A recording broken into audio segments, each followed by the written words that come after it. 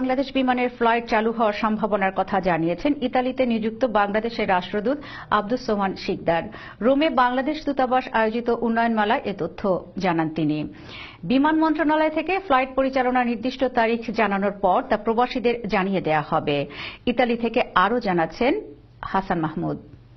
ইতালিতে নিযুক্ত বাংলাদেশের রাষ্ট্রদূত আব্দুস সোবহান শিকদার আশাবাদ ব্যক্ত করে বলেছেন, রোম ঢাকা রোম রুটে বাংলাদেশ বিমান আবার চালু হতে পারে। বাংলাদেশ দূতাবাস রোম আয়োজিত উন্নয়ন মেলায় সভাপতির বক্তব্যে রাষ্ট্রদূত জানান, ইতিমধ্যেই প্রধানমন্ত্রী দপ্তর থেকে বিমান মন্ত্রণালয়ে প্রস্তাব পাঠানো হয়েছে।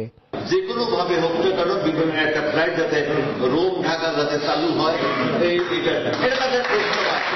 তারা কোনো তারিখ ঘোষণা করে বিমান চালু, তাই আমরা আপনাদেরকে জানিয়ে দিতে পারবো।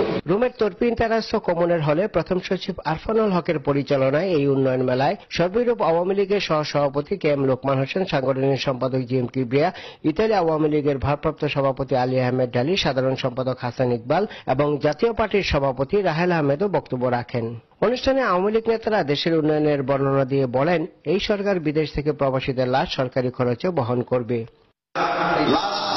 বাংলাদেশ সরকার বহন করবে এবং দাফন পর্যন্ত টাকাটা বাংলাদেশ সরকার সেটা বহন করবে। এই জন্য আমরা বাংলাদেশ সরকারের প্রধান আওয়ামী লীগ সরকারকে ধন্যবাদ জানাচ্ছি। দ্বৈত নাগরিকত্ব আইনের নানা দিক নিয়েও আলোচনা করেন বক্তারা। তারা বলেন, শেখ হাসিনা এখন বিশ্ব পর্যায়ের নেতা। আপনি বিশ্বে উন্নয়নের রোল মডেল।